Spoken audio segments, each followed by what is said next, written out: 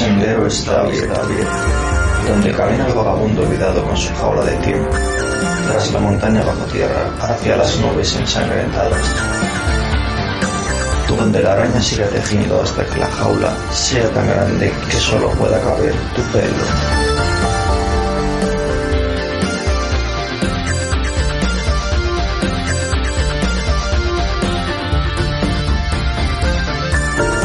Muy buenas noches, escuchantes, y bienvenidos al Pasadito. Un paseo poco transitado que pueda despertar en la mente una reflexión nueva, quizás una idea más, o puede que incluso un nuevo color. Un color que encienda una chispa que pueda brillar en la oscuridad.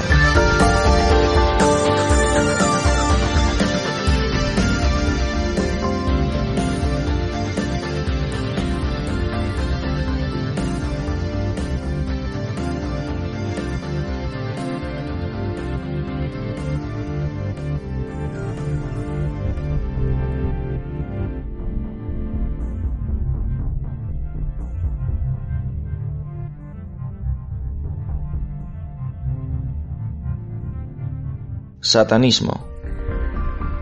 Retomemos un poco de misterio. You're standing a long time on the shore. You want to pray, but you forgot the words. You lost the land you're looking for. But the first steps are in your heart.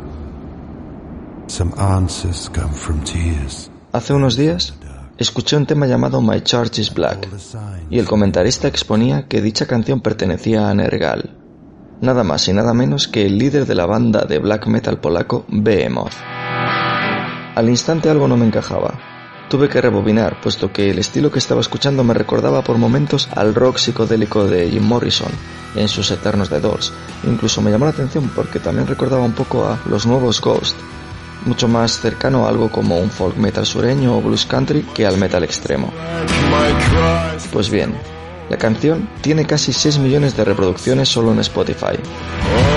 Una rápida búsqueda me indicaba que efectivamente la mente maestra detrás de la banda polaca Behemoth, Adam Nergal Darski, ha regresado de la mano de su proyecto en solitario, Me and That Man, que es así como se denomina, y su tercer álbum de estudio es New Man New Songs. Same Shit, volumen 2. Fue lanzado a través de Napalm Records. Si esto que ha estado sonando como fondo a nuestras palabras es Me and That Man,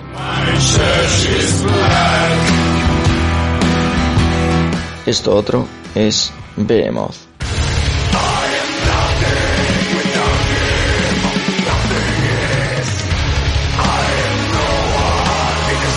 A quienes por supuesto ya incluimos en su momento en el episodio de Metal Extremo. Cuando la mayoría de los seguidores del metal piensan en Nergal, evocan un tipo con la cara pintada, ropa de monje del infierno y que grita como un poseído, al menos quienes conozcan la música extrema.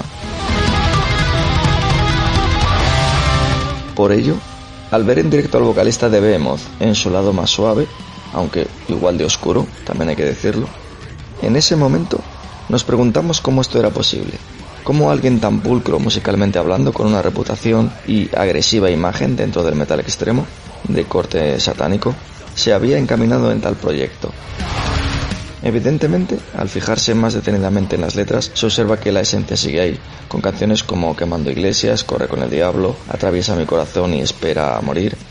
Pero, por un instante nos hicimos una nueva pregunta: ¿qué es exactamente el satanismo? Más allá de los tópicos, queríamos conocer un poco más de información, o por lo menos ilustrar nuestra ignorancia.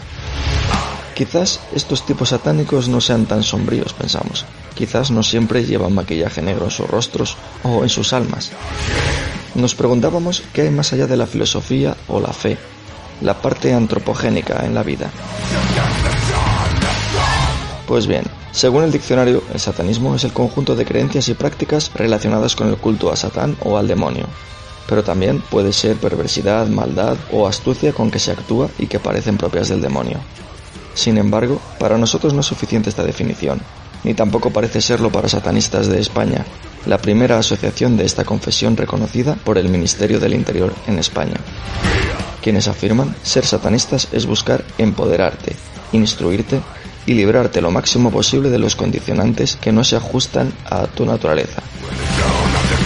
Hay que decir que cuando uno empieza a informarse sobre los satanistas, lo suele hacer si no tiene gran conocimiento, no digo con prejuicios, pero sí con ese desconocimiento base que te obliga un poco a desconfiar de que si lo que estás leyendo es como un lavado de cara, como que te lo están vendiendo de una manera que realmente no es, y empiezas a pensar que probablemente sí que haya rituales de magia, etcétera, etcétera. Pero a medida que avanzas, observas que bueno, puede haber un poco de todo. Pero en cualquier conversación sobre el satanismo es muy probable que alguien pudiera hablar sobre metal extremo y acto seguido saldría a colación la Biblia satánica de Anton LaVey, con la cual muchas personas simplemente ateas se han sentido identificadas. Pero por supuesto, sospechamos que el satanismo debe ir mucho más allá del black o el death metal. Por cierto, un estilo musical en el que siempre hay muchas reflexiones sobre las religiones. Algunos practicantes del satanismo afirman que no han necesitado tener, digamos, una conversión, un transcurso iniciático o una evolución a lo largo de una influencia o aprendizaje sectario, que si lo pensamos bien incluso es lo que ocurre con muchas religiones, sino como explicar que el 90%, por no decir el 99,99% de los practicantes de una religión profesan aquella religión dominante en su zona periférica, entendiéndose como tal, pues no sé, el ámbito familiar, cultural más próximo. Básicamente, cualquiera que ha crecido en un entorno tiene la misma religión que tenían sus padres, y como mucho puede llegar a desvincularse de ella o incluso ser ateo, o no practicar ninguna religión, pero difícilmente cambiaría totalmente de religión. Pues bien, las personas satanistas o satánicas, no sé bien cómo debo decir, afirman no haber tenido esta conversión, sino únicamente una reflexión, como alguien que de pronto se para y se pone a pensar y se dice a sí mismo, pues honestamente, esto va conmigo. Es lo que siempre he pensado por mí mismo, sin que nadie me dijera lo que tenía que pensar, sin ninguna lección de catequesis, o mejor dicho, con otra lección que consideraba más propia. Esto es lo que afirma el fundador de Satanistas de España. De hecho, entrando en su página web, lo primero que aparece es la siguiente frase: «He aquí que llega Satanás, el eterno rebelde, el primer librepensador y el emancipador de los mundos». Por lo visto, es una cita de Bakunin, el pensador anarquista ruso, y su obra más conocida fue Dios y el Estado, de 1882. Pero por si esta frase no es lo suficientemente sagrada, citan a la Biblia, en Génesis 3:4, donde se dice: «La serpiente le dijo a la mujer: Dios sabe que cuando comáis de este árbol se abrirán vuestros ojos y seréis como Dios, conocedores del bien y del mal». Puede que estas frases, como gran parte de los versículos de la Biblia, ya no digamos de algunos libros como el Apocalipsis o incluso otros libros apócrifos, son versículos que pueden tener diferentes perspectivas o pueden leerse de diferente manera. Son, digamos, un poco ambiguos. Pero la misión de Satanistas de España, en este caso, según esta web, es la defensa de sus derechos religiosos en condiciones de igualdad respecto a otros movimientos, despojando el satanismo de los falsos estereotipos que lo envuelven y haciendo valer sus intereses frente a quienes intentan menoscabar las libertades de sus practicantes, etc. Para ello, además de la labor online realizada en su página y redes, afirman organizar diferentes actividades, digamos, presenciales, como conferencias, encuentros, congresos, etc., para darle dinamismo o una actividad real. El satanismo cuenta con una serie de símbolos de carácter heterogéneo, lo que implica que exista bastante diversidad respecto a los conceptos con los que los satanistas se identifican. Por tanto, los símbolos satánicos no solo tienen un peso identitario o expresivo, sino que también se emplean en prácticas mágicas y rituales. La utilización de uno u otro dependerá de las preferencias o necesidades de cada practicante. Algo similar ocurre con los símbolos representativos de cada una de las distintas organizaciones y corrientes satánicas. Por ejemplo, el pentáculo invertido, también llamado pentagrama, es probablemente el símbolo satánico más conocido y el más utilizado. En muchas ocasiones se encuentra en contextos solo ornamentales, podríamos decir, pues en colgantes, en ropa y otro tipo de aspectos que no son específicamente religiosos, o por lo menos los que lo llevan no le darían tal grado. Cuando no está rodeado por un círculo, representa los 4 elementos y la quinta esencia, situada en la punta central inferior, que al señalar hacia abajo hace ilusión al materialismo y a la naturaleza carnal de la humanidad. Se trata de un símbolo con una larga tradición histórica, pero siempre dentro de la magia y el paganismo, empleado muchas veces como símbolo de protección. Es importante no confundirlo con el pentáculo, cuya punta central señala hacia arriba, por ser, o apuntar hacia arriba, más representativo de la Wicca y por situar al espíritu por encima de la materia. De hecho, los orígenes del pentáculo se remontan a 3500 a.C., en la antigua Mesopotamia, donde era un símbolo de poder del gobernante. También el emperador Constantino I usó el pentagrama invertido en su sello y amuleto, junto con el símbolo Chi-Rho. Otros, por ejemplo, entre los hebreos, la estrella de 5 puntas representaba la verdad, con mayúscula, y los 5 libros del Pentateuco. Es llamada el sello de Salomón. Los cristianos atribuyeron el pentagrama a los 5 estigmas de Cristo. En la antigua Grecia era llamada pentalfa, siendo geométricamente compuesta por 5 aes. Para los druidas era el símbolo de la cabeza de Dios, pero para los celtas y los egipcios era el símbolo de la matriz o diosa subterránea. Para los gaianos, entendiéndose como Gaia, la madre tierra, el pentagrama invertido representa el orden real del equilibrio entre el planeta Tierra. No existe ni un dios ni un satán o adversario. Las 4 puntas superiores son los 4 elementos fundamentales: aire, fuego, tierra, agua, y la punta inferior, el humano. En la Edad Media, los pentagramas se utilizaban a veces como signo de protección para alejar los espíritus malignos, los demonios y los efectos de la brujería, y también era un símbolo de las 5 virtudes caballerescas. Durante la Inquisición fue la primera vez que se utilizó el pentagrama para simbolizar el mal, y se convirtió posteriormente en un símbolo identificado con los herejes, pasando a simbolizar la cabeza del chivo. Sin embargo, su vinculación con el satanismo es relativamente reciente, remontándose al siglo XIX. Por ejemplo, cuando el pentáculo invertido tiene un círculo, se llama sigilo o sello de Baphomet. El primer sigilo de Baphomet apareció por primera vez en Clef de la Magie Noire, del ocultista francés Satanistas de Guaita, en 1897. Muy influido por el ocultista francés Eliphas Levi, quien en 1854 dibujaba en su obra de la alta magia, dogma y ritual un Baphomet. A nivel visual consiste en un sincretismo entre Pan, dios griego de la fertilidad, y la imagen de Satán como un macho cabrío del aquelarre, además de representar el absoluto, el equilibrio y la unión de opuestos, ya que contiene rasgos animales y humanos, masculinos y femeninos. Asimismo, este sincretismo Pan-Satán proyecta a Baphomet como una energía creativa, moralmente neutra, además de simbolizar una máxima alquímica, la transformación de algo que implica necesariamente destruir lo que era anteriormente.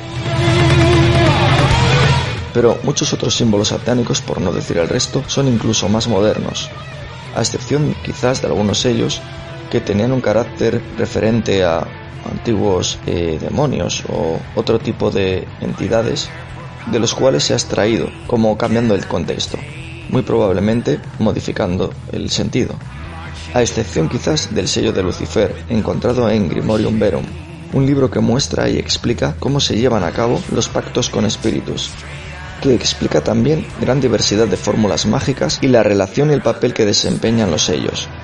Se cree que el libro fue escrito por un egipcio de nombre Ali Bek. Antiguamente se utilizó para ayudar a una invocación visual del ángel Lucifer. El símbolo contiene varias características que muy poco se saben con certeza. Grimorium Verum y otro libro antiguo denominado Grand Grimoire afirman que Belcebú, o el señor de las moscas, cuando es invocado mediante magia negra, aparecerá como una mosca gigantesca. Por otra parte, el número 666 ha sido relacionado con el satanismo. Incluso durante el año 2000, con la caja de fusibles llena de pronosticadas respuestas utópicas y apocalípticas ante el cambio de milenio, la pregunta del 666, recogido del Apocalipsis, versículo 13-18, fue una vez más traída a la mesa de los eruditos. Los eruditos bíblicos, por ejemplo, se centraron de nuevo en la interpretación del notorio enigma y en la aritmética del anticristo. El número de la bestia, como así se le ha llamado, ni siquiera está claro que sea un 666. En la traducción real del manuscrito más antiguo del Apocalipsis, podría ser probablemente también un 616. Y su enigma está lleno de interpretaciones que no tienen por qué ser maléficas ni proféticas, totalmente sacadas del contexto en el que fue escrito. Técnicas antiguas han intentado comprender el enigma, como la gematría, la aritmética, la simbólica y soluciones basadas en acertijos. Incluso hemos encontrado un artículo que se pregunta si el 666 está relacionado de alguna manera con tecnologías avanzadas de identificación automática, como los implantes de microchips. ¿Y qué hay de las implicaciones sociales de integrar tecnologías tan avanzadas para la ciudadanía que tal vez no desea aceptar tales esquemas, por ejemplo quienes están en aparente conflicto con sus creencias religiosas? Pero lo cierto es que Numberfield explica que detrás del 666 está también el nombre humano de ese mal personificado, y en concreto, en el Apocalipsis de San Juan es uno de los muchísimos símbolos empleados para ocultar mensajes en aquella época. Pero aquí no resolveremos el enigma, ya que si la mayoría creen que es un mensaje oculto contra el Imperio Romano de la época, autores como Olivares exponen que es un llamamiento. La interpretación del número 666 no es una invitación a calcular un nombre o un título de algún perseguidor del pueblo de Dios. Es, al contrario, una llamada a observar el texto como parte de todo el libro del Apocalipsis. Un número completo, no dividido, impuesto por una bestia escatológica real. Pero sobre todo, y esto es esencial, vinculado a la marca impuesta por la bestia y su imagen. De esta manera, para definir el número 666, primero se debe determinar el significado de la marca de la bestia, que en el contexto de la falsa adoración impuesta por la bestia, se vincula con la falsa adoración. Por tanto, el 666 debería relacionarse en conexión con aquella idolatría forzada.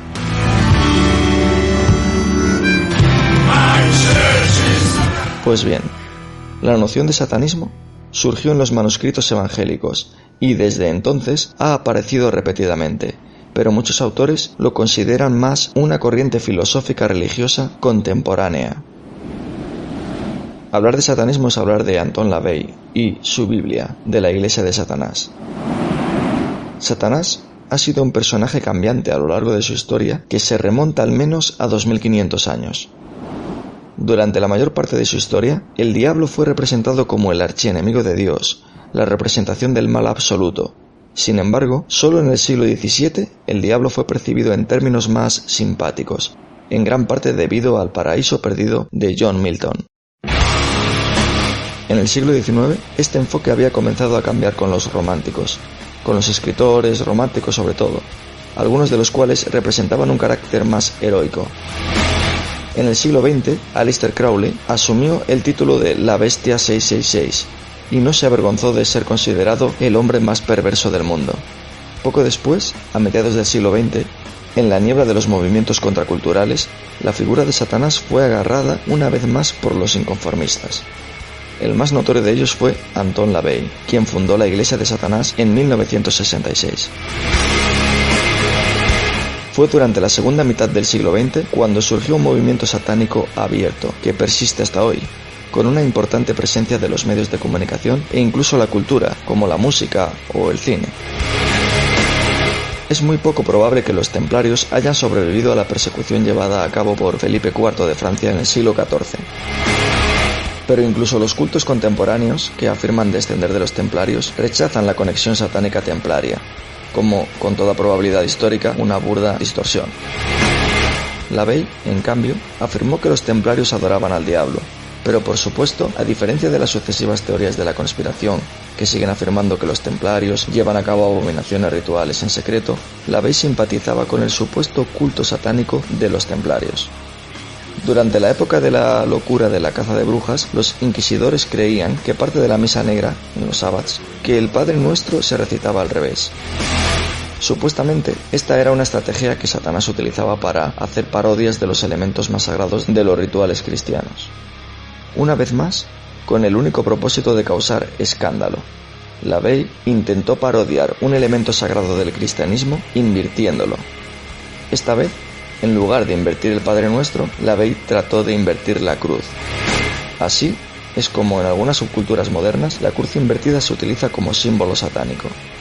Esto, por supuesto, es muy confuso, ya que la cruz invertida no era originalmente un símbolo satánico. LaVey puede incluso haber sido consciente de ello, pero recordemos que su excéntrica personalidad se deleitaba en confundir y desconcertar a sus seguidores y no tan seguidores. Mucho antes de que se asociara a Satanás, la cruz invertida se asociaba a Pedro, el discípulo de Jesús, tal y como se narra en los Hechos de Pedro, un texto apócrifo del siglo II. Pedro pidió ser crucificado al revés, porque no se consideraba lo suficientemente digno para morir como su maestro. Pero detrás de este showman, que era LaVey, con todo tipo de trucos publicitarios, haber conseguido que su excentricidad no haya caído en el olvido instantáneo probablemente se deba a su parte de filosofía. La filosofía satánica es más que fiestas y rituales sensacionalistas. Su agenda filosófica e ideas se apoyan en el legado romántico. Los románticos habían abrazado a Satanás como una especie de héroe incomprendido que, aunque en la última instancia, fatalmente orgulloso, inspira sin embargo simpatías. Milton, por ejemplo, retrató a un Lucifer carismático que se opone a la tiranía de Dios. Byron inició la llamada escuela satánica y Víctor Hugo representó a un Satán muy valiente. Los escritores románticos no pretendían adorar a Satanás, sin embargo, utilizaron su personaje para ensalzar muchas virtudes como el valor, la individualidad, la audacia y la persistencia que se le atribuían, pero también advirtieron que estos rasgos podían conducir a un final trágico. Así, Satanás se convirtió en el tema de las principales obras literarias del siglo XIX. Sin embargo, desde el principio, LaVey aclaró que su nueva religión satánica era atea y materialista. El pentagrama apuntaría hacia abajo para enfatizar el aspecto mundano. En otras palabras, LaVey no aceptaba la existencia real del diablo.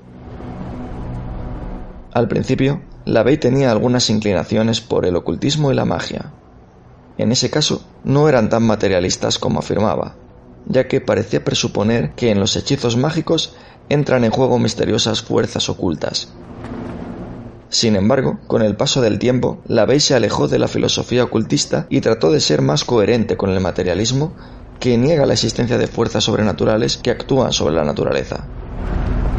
Para LaVey, Satanás no era realmente una persona real, sino un símbolo que representa el conjunto de valores que estaba dispuesto a defender y promover. Etimológicamente, Satán viene del hebreo Satan, que significa el adversario. LaVey buscaba un símbolo que representara mejor el entorno de la contracultura en la que se había criado y en la que prosperaba. Estaba en la búsqueda de un adversario y un inconformista con el sistema. Y por supuesto, al igual que los románticos, encontró esa figura en Satanás. En definitiva, el abrazo de LaVey a Satanás no consistía realmente en adorar a una entidad metafísica que introduce el mal en el mundo, desde las profundidades del infierno. Ni siquiera le preocupaba el mal absoluto. En la historia religiosa de Satanás, antes de que se convirtiera en la manifestación del mal absoluto, como resultado de la influencia zoroastriana sobre la religión judía después del exilio babilónico en el siglo VI, creo recordar, antes de Cristo, Satanás era solo un adversario. Así es como se le retrataba en el libro de Job, simplemente como un fiscal demasiado entusiasta en la corte celestial, pero no como la personificación de todas las cosas malas. LaVey simpatizaba más con esta figura puramente hebrea, es decir, anterior a la influencia zoroastriana, y así utilizaba a Satán para honrar una ideología adversa, un enfrentamiento con cualquier forma de sistema u orden establecido, como era el sistema cristiano occidental de la década de los 60. En cierto modo, esta forma de pensar no era nada diferente al movimiento hippie, por ejemplo, o al rock and roll de los 60. En el enfoque de LaVey, el homenaje a Satán no consistiría en cometer actos deliberadamente malvados, como por ejemplo los sacrificios humanos tal y como los imaginaban los inquisidores de épocas anteriores, sino en asumir una actitud de rebeldía contra un sistema opresivo. En este sentido, el Satán de LaVey era mucho más parecido al Lucifer de Milton que al maligno que hace pactos con las brujas imaginados por los cazadores de brujas, aunque recogiera sus símbolos rituales. Hablando en términos filosóficos, la principal influencia intelectual en las ideas de LaVey fue Friedrich Nietzsche. Nietzsche utilizó el recurso literario de promover a los antiguos dioses griegos como sustitutos del dios cristiano. Nietzsche estaba especialmente fascinado por Dioniso, el dios del vino. En la historia cultural de la representación artística del diablo, Dioniso, junto con Pan, es uno de los predecesores de Satán en la mitología griega. Como dios del vino y de los excesos, Dioniso representaba la rabia y la desinhibición hedonista, en oposición a las restricciones morales del cristianismo. En su filosofía, según Nietzsche, él mismo se inclinaba por los valores representados por Dioniso. Además, durante sus años de enfermedad mental, Nietzsche firmaba algunas de sus cartas como Dioniso. Tampoco Nietzsche creía en la existencia literal de Dioniso como un dios que debía ser adorado.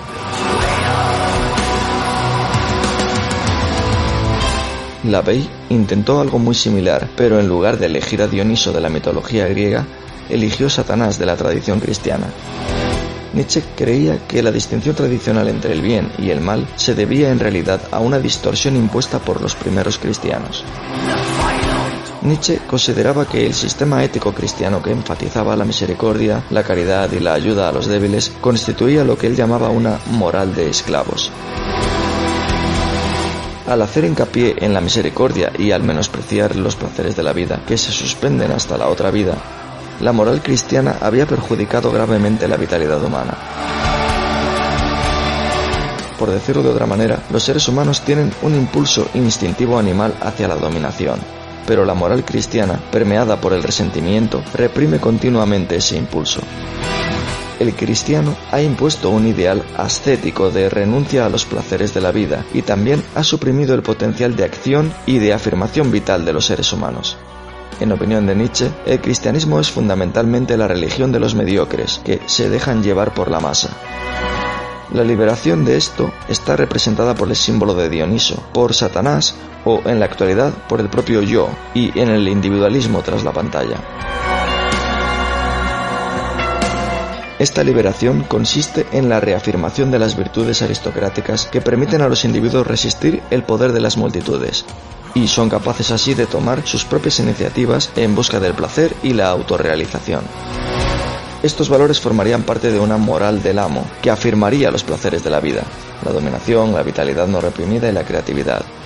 Lavey se tomó muy en serio estas observaciones filosóficas y las asimiló como base para escribir su libro La Biblia Satánica, que sería la inspiración doctrinal en su nueva religión. Por ejemplo, Lavey se propuso invertir las típicas bendiciones expuestas en los evangelios. En lugar de bendecir a los pobres y a los débiles, como en Mateo, escribe: Bienaventurados los fuertes, porque poseerán la tierra. Malditos los débiles, porque heredarán el yugo. Bienaventurados los de manos de hierro, porque los incapaces huirán ante ellos. Recuerdo que esta frase, cuando la leí la primera vez, me hizo cierta gracia. Era casi irónica, casi una caricatura. Por el contrario, pedía una nueva moral que sustituyera el cristianismo, y en lugar de los 10 mandamientos, proponía una serie de 11 reglas satánicas de la tierra. No des opiniones ni consejos a menos que te los pidan. No cuentes tus problemas a los demás a menos que estés seguro de que quieren oírlos. Cuando estés en la guarida de otro, muéstrale respeto o no vayas allí. Si un invitado en tu guarida te molesta, trátalo con crueldad y sin piedad. Como quinta regla, no hagas insinuaciones sexuales a menos que te den la señal de apareamiento. Sexta, no tomes lo que no te pertenece, a menos que sea una carga para la otra persona y que ésta pida a gritos ser aliviada. Séptima, reconoce el poder de la magia si lo has empleado con éxito para obtener tus deseos. Si niegas el poder de la magia después de haberlo invocado con éxito, perderás todo lo que hayas obtenido. Octava, no te quejes de nada a lo que no tengas que someterte. Novena, no hagas daño a los niños pequeños. Décima, no mates a los animales no humanos a menos que te ataquen o por tu comida. Undécima y última, Cuando camines por territorio abierto, no molestes a nadie. Si alguien te molesta, pídele que se detenga. Si no se detienen, destrúyelos. A pesar de que la 10ª implica, no dice nada de no matar a los humanos, indica no mates a los animales no humanos, obviamente este nuevo código moral no es tan objetable. A diferencia de la representación del satanismo promovida por los inquisidores de épocas anteriores. En los mandamientos de la ley no hay una llamada explícita a cometer actos abominables. Vivir estrictamente bajo este conjunto de reglas no llevaría a nadie a cometer ningún crimen. La ley pedía explícitamente que se respetara a los niños y se desaprobara cualquier intento de violencia sexual. Los opositores al satanismo han acusado a sus adeptos de incitar a la actividad delictiva, pero en verdad estas acusaciones son injustas. Si bien es cierto que hay muchas ramas del satanismo y que cada uno puede no estar tan de acuerdo como el manuscrito original, además, el enfoque hedonista de la ley parece resonar más con la filosofía de Epicuro que con el exceso dionisíaco. No hay vida después de la muerte. El antiguo filósofo griego Epicuro recomendaba vivir la vida al máximo. Pero para hacerlo, es necesario tener autocontrol, y hay que aprender a abstenerse de actividades que podrían ser potencialmente perjudiciales. Es curioso cómo, aunque exaltaba los placeres de la vida, rechazaba el consumo de drogas, a diferencia del ocultista Aleister Crowley. Aunque esto no es tan extraño si tenemos en cuenta que las drogas eran habituales en su época y una de las virtudes que la ley más exaltó fue el rechazo a la mentalidad del rebaño. La ley desaprobaba cualquier intento colectivista de regular la vida de los individuos. Satanás es un héroe muy parecido a Prometeo, un personaje muy querido por los autores románticos, especialmente los de la escuela satánica, que desafía la conformidad y se opone a lo establecido, aunque eso significa hacerse impopular. En la filosofía satánica de la ley, la persona verdaderamente virtuosa no se preocupa por lo que los demás piensen de ella, en cambio asume las consecuencias y no elude las responsabilidades. Llegados a este punto, pareciera que los satanistas son más unos filósofos egoístas, gente hedonista y nihilista, friki si se quiere, pero no gente malvada, salida del Averno para crear un infierno en la tierra. Más bien, el énfasis en la autonomía individual, la búsqueda del placer y el rechazo del colectivismo tiene una larga historia en la filosofía. De hecho, en base a esto no sería descabellado pensar que nuestra sociedad occidental actual podría ser satanista, excepto por lo de seguir el rebaño.